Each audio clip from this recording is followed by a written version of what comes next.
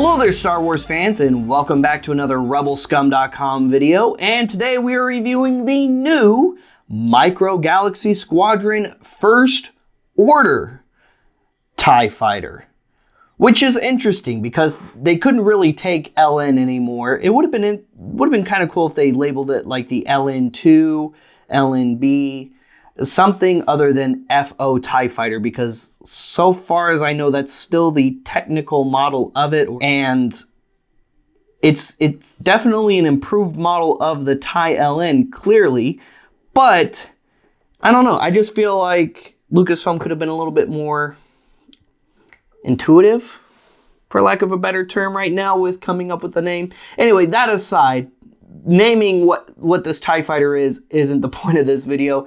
The point of this video is showing off how awesome the little ship is from our good friends over at Jazwares. And the Micro Galaxy Squadron FO TIE looks awesome. I'm really excited to get into this, and I love that we're seeing really awesome sequel era vehicles in the MGS line. This one looks very cool, and hopefully, fingers crossed, the Special Forces TIE Fighter or Elite TIE Fighter will be coming out very soon in the future.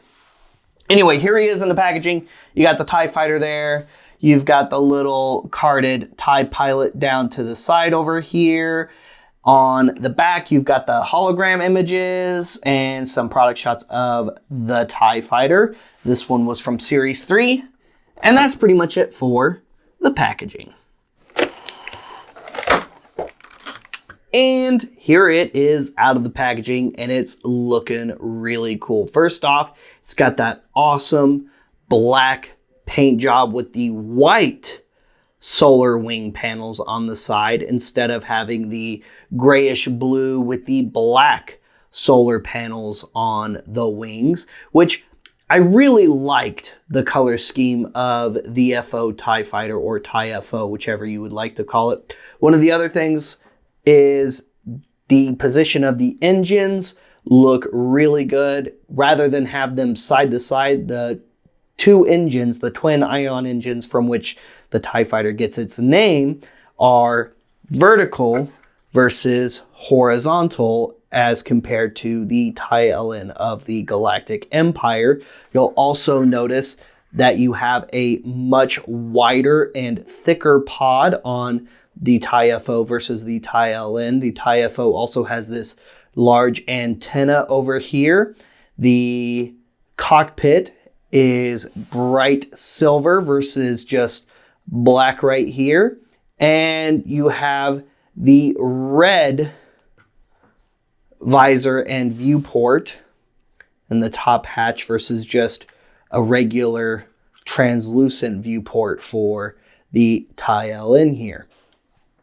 We also have our little TIE FO pilot here in his little card back packaging. There's that little guy right there. And it got some pretty good molded detail. The molded detail on the little pilots has been pretty good consistently throughout this line, I think. And for comparison, here he is next to the TIE Fighter pilot. So you can see them side by side. And I definitely like how you can look at these two and compare the detail between the suits with pretty good accuracy too. They did a really good job on these little guys.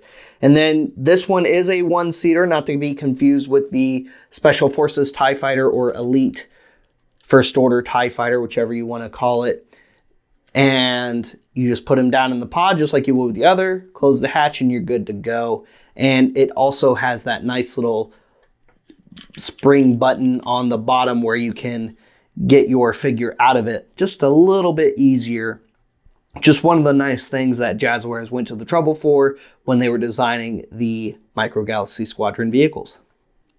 The wings are also removable from the pod, just like the other releases of MGS. Now, these ones are not interchangeable with the TIE LN, at least. I don't know if you can interchange them with any of the other TIEs so far. I haven't really tried with any other TIEs as of yet, but I did try it with the TIE LN and the connector pegs that they used for both the TIE LN and the TIE FO are not the same size. I'm not sure which peg is slightly bigger than the others. I'm thinking this one has a slightly bigger peg than this one does, but the point is they don't fit. You cannot swap the wings unless you do some modification to the connecting bits yourself.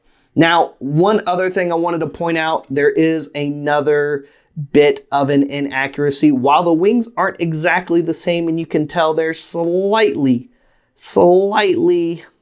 just barely noticeably smaller, it is supposed to be just a hair smaller, I think, than it is. But I like that Jazwares didn't just copy and paste any of the molded bits on this tie right here. If you look side by side, you can tell that the wings are slightly different, although the wings are supposed to be a little bit smaller on this model than they are on this model by comparison. And with these two, you almost can't really tell at all, but I can visibly see a difference between the two, at least myself in person. So there is that. And there is one more cool little feature. Just like on the other TIE LN, you can pull down the little engine section on the back and see some of the inner guts of the TIE FO here on the back of the pod, which is a pretty nice little extra feature.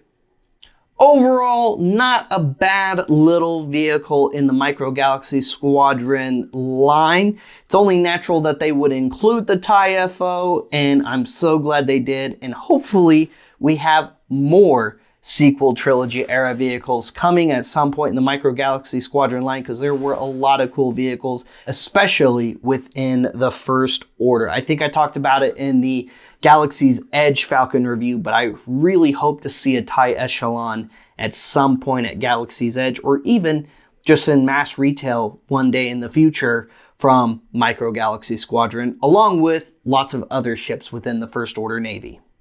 Stay tuned for more Micro Galaxy Squadron reviews. Like and subscribe, and follow us on social media for some of the other content that we do here on rebelscum.com. And make sure you check rebelscum.com daily for daily Star Wars fan content, whether that's news about something coming new to Star Wars, toys, collectibles, movies, games, and more, or video reviews like this one right here. Also, in our nearly 30-year-long history of being on the interwebs, Rebel Scum is taking to the physical events with Rebel Scum Con later this summer, June 27th through the 30th at the Allen Convention Center in the Dallas area. Check it out at rebelscumconventions.com. Once again, that's rebelscumconventions.com, and book your experience with Rebel Scum Con today. If you're looking for some awesome Star Wars toys and collectibles, check out Order 66 Toys, the world's official all-collectible Star Wars toy store. They're located in Order 66 Multiverse in the Shops at Willowbend Mall in Plano, Texas. And in case you're not local, you can check them out online on the Order 66 Toys Facebook page. They go live every Friday at 7 p.m. Central Time, and they ship all around the world. Check out our sister website, cooltoyreview.com, for all kinds of non-Star Wars toy related news and fan content. And like and subscribe to the Cool Toy Review YouTube channel and Bay 12 YouTube channel for that non-Star Wars toy review video content specifically. Last but not least, check out our free archival website, collectorsoracle.com. We have a lot of awesome Star Wars collectibles and toys on there now, where you can mark things in your collection, mark things you'd like to have in your collection, share those lists with friends, family, and social media alike, and it's all absolutely free. And hopefully some point in the near future we'll have Micro Galaxy Squadron on there. We're still in negotiations with Jazwares currently to possibly add Micro Galaxy Squadron to collectorsoracle.com in the future. So hopefully we'll be able to get that added so you can start checking off all those awesome MGS ships and other vehicles soon. We'll see you guys later. We'll see you another time. May the Force be with all of you, you Rebel Scum.